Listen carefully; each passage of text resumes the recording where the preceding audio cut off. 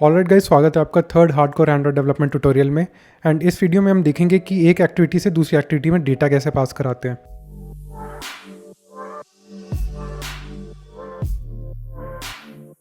तो सबसे पहले तो मैं क्या करूँगा कि यहाँ पे ये जो फिल्टर्स एक्टिविटी है इसमें एक बीच में टेक्स्ट व्यू बनाऊँगा। उसमें हम सिंपल सा टेक्स्ट डिस्प्ले करेंगे।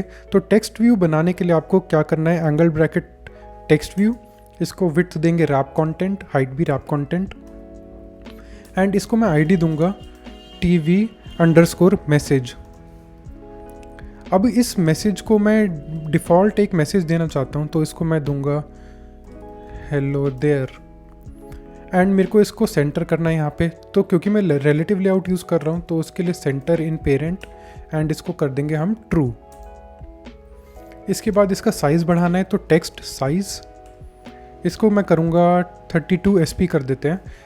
पहले हम व्यू के साइज़ के लिए DP यूज़ करते थे, लेकिन यहाँ पे SP यूज़ करना है। तो टेक्स्ट व्यू में जब भी आप टेक्स्ट का साइज़ बढ़ाओ या कम करो उसके लिए SP यूज़ होता है, यानी कि ये स्केलिंग इंडिपेंडेंट पिक्सल होता है। तो अगर आप एंड्रॉयड का एक्सेसिबिलिटी में जाओगे तो वहाँ पे आप टेक्स्ट साइज़ बढ़ा सकते हो, तो ये उसको ध्यान में रखते हुए बनाया गया है।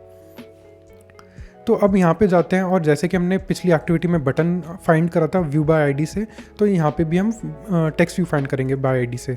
तो यहाँ पे बनाऊँगा एक मैं TV मैसेज, जो कि होगा एक टेक्स्ट व्यू, एंड इसको हम कर देंगे अभी, चलो नल नहीं करते, इसको हम करते हैं लेट इनिट वैर। इसका मतलब है हम इसे कह रहे हैं कि हम इसे बाद में इनिशियलाइज़ कर देंगे, अभी हमें परेशान मत करो। तो टेक्स्ट TV मैसेज को हम इनिशियलाइज़ कर देते हैं यहाँ पे find view bye ID r.id. और जो हमने यहाँ पे आईडी दी थी TV मैसेज, मैं इसको कॉपी कर लेता हूँ एंड यहाँ पे पेस्ट कर दूँगा। तो मेरा मैसेज बन गया।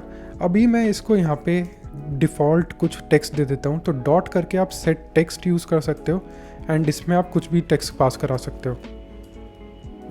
तो आप देखोगे कि यहाँ पे ये मेरे को कह रहा है, कुछ एरर दे रहा है। एरर तो नहीं है, वार्निंग दे रहा है, कह रहा है सेटर मेथड यूज़ कर लो। सेटर मेथड के बजाय प्रॉपर्टी एक्सेस सिंटैक्स। तो ये कॉटलिन का नया तरीका है कुछ करने का। अगर ये यूज़ करेंगे तो इंटरनली तो वो सेट टेक्स्ट ही कॉल करेगा, लेकिन यहाँ पे देखने में अच्छा लगता है, तो इसने डॉट टेक्स्ट करके डायरेक्टली अपना टेक्स्ट सेट कर दिया है। तो अब रही बात कि हम यहाँ से डेटा कैसे पास करेंगे मेन एक्टिविटी से, तो इसके लिए हम इंटेंट ऑब्जेक्ट यूज़ करेंगे। तो जो हमने इंटेंट ऑब्जेक्ट बनाया था इसमें हम कुछ डेटा डालेंगे। तो इंटेंट डॉट पुट एक्स्ट्रा। अब यहाँ पे सबसे पहले आइडेंटिफायर देंगे जो डेटा पास करा रहे हैं। तो मैं यहाँ पे दूंगा उसे मैसेज, उसके बाद मैं इसे दूंगा कि क्या पास कराना है। तो ये मेरा मैसेज हो गया, मेरे दिमाग में जो आया मैंने लिख दिया यहाँ पे मैसेज। अब इस मैसेज को मैं इस एक्टिविटी में रिट्रीव करूँगा। तो उसके लिए आपको एक वेरिएबल में रिट्रीव कर लेते हैं इसे, इज इक्वल टू, रिट्रीव करने के लिए आपको टाइप करना है इंटेंट। तो ये जो इंटेंट मिला इस एक्टिविटी को वो मिल जाता है डॉट गेट स्ट्रिंग एक्स्ट्रा। तो ये हमें स्ट्रिंग का एक्स्ट्रा दे देगा, यानी कि जो हमने वहाँ से पुट एक्स्ट्रा करा था वो डेटा हमें यहाँ से निकाल के दे देगा। तो क्योंकि हम स्ट्रिंग पास कराते हैं इसलिए मैंने स्ट्रिंग एक्स्ट्रा यूज़ करा। अगर आप और कुछ पास कराओ तो आप डॉट एक्स्ट्रास भी यूज़ कर सकते हो, एंड फिर उसमें से डॉट गेट मेथड यूज़ करके अपना ऑब्जेक्ट ले सकते हो, चाहे आप कुछ भी पास करा रहे हो। क्योंकि मैं यहाँ पे स्ट्रिंग कर रहा हूँ इसलिए मैं स्ट्रिंग एक्स्ट्रा यूज़ कर रहा हूँ। तो यहाँ पे मैं टाइप करूँगा आइडेंटिफायर का नाम जो कि था मैसेज, एंड ये नल भी हो सकता है कई बार। तो अगर आप यहाँ पे जाके देखो तो अगर मेरा जो नेम है जो मैंने आइडेंटिफायर पास कराया था, अगर उससे कोई डेटा नहीं मिला तो ये नल पास करा देगा। तो इसके लिए मेरे को ध्यान में रखना पड़ेगा कि मैं इसको हैंडल करूँ वो केस। तो डिफ़ॉल्ट वैल्यू प्रोवाइड करने के लिए मैं यहाँ पे टाइप करूँगा क्वेश्चन मार्क, फिर दूंगा एक कॉलन और फिर दूंगा डिफ़ॉल्ट वैल्यू। ये मेरी हो गई डिफ़ॉल्ट वैल्यू। तो मैं कह रहा हूँ कि अगर ये चीज़ नल हुई तो मेरे को ये डिफ़ॉल्ट वैल्यू दे देना। अब ये एरर क्यों दे रहा है हमें ये देख लेते हैं। Use semicolon to separate expressions on the same line. अच्छा, तो बस ये स्पेस की दिक्कत थी, स्पेस मैंने सही करा तो ये हो गया है। आपको ये क्वेश्चन मार्क और कॉलन में स्पेस नहीं होना चाहिए, एंड ये भी थोड़ा आपको कहेगा कि वैल चेंज कर लो, क्योंकि ये मैसेज कभी चेंज नहीं होता। तो फाइनली हमने इसमें यहाँ पे सेट कर दिया।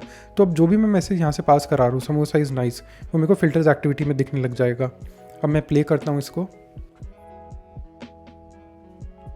अब हमारी ऐप ये चल चुकी है। अब मैं इसको यहाँ पे क्लिक करूँगा तो अगली एक्टिविटी में मेरे को मैसेज दिखना चाहिए। तो हमें यहाँ पे मैसेज दिख गया, लेकिन ये मैसेज थोड़ा बोरिंग सा लग रहा है, इसमें कोई कलर देते हैं। ये जस्ट बोनस है, मैं आपको ऐसे ही दिखा रहा हूँ। तो टेक्स्ट कलर करके एक प्रॉपर्टी होती है, इसमें आप @android करके कोई कलर दे सकते हो। मैं इसको दूंगा रेड एंड लाइट दे देता हूँ। तो अब इसको प्ले करूँ दोबारे तो यहाँ पे वही मैसेज दोबारा प्रिंट हो जाना चाहिए रेड में। तो there you go, this is a message. तो ऐसे आप डेटा पास करा सकते हो एक एक्टिविटी से दूसरी एक्टिविटी में। सिर्फ स्ट्रिंग ही नहीं, आप इंटीजर्स भी पास करा सकते हो। इनफैक्ट आप कोई जेसॉन भी पास करा सकते हो। अगर आप डेटा क्लास यूज़ करते हो तो उसको सीरियलाइज़ करके आप वो भी पास करा सकते हो। बस ये वैल्यूज़ ज़्यादा बड़ी नहीं होनी चाहिए। तो बिटमैप्स वगैरह आप पास नहीं करवा पाओगे क्योंकि उनका साइज़ बहुत ज़्यादा हो जाता है एंड वो बाइंडर की लिमिट एक्सीड कर जाती है। वो थोड़ी इंटरनल्स की बातें हैं, बट अभी ये समझ लो कि इसमें छोटे डेटा पास कराने होते हैं।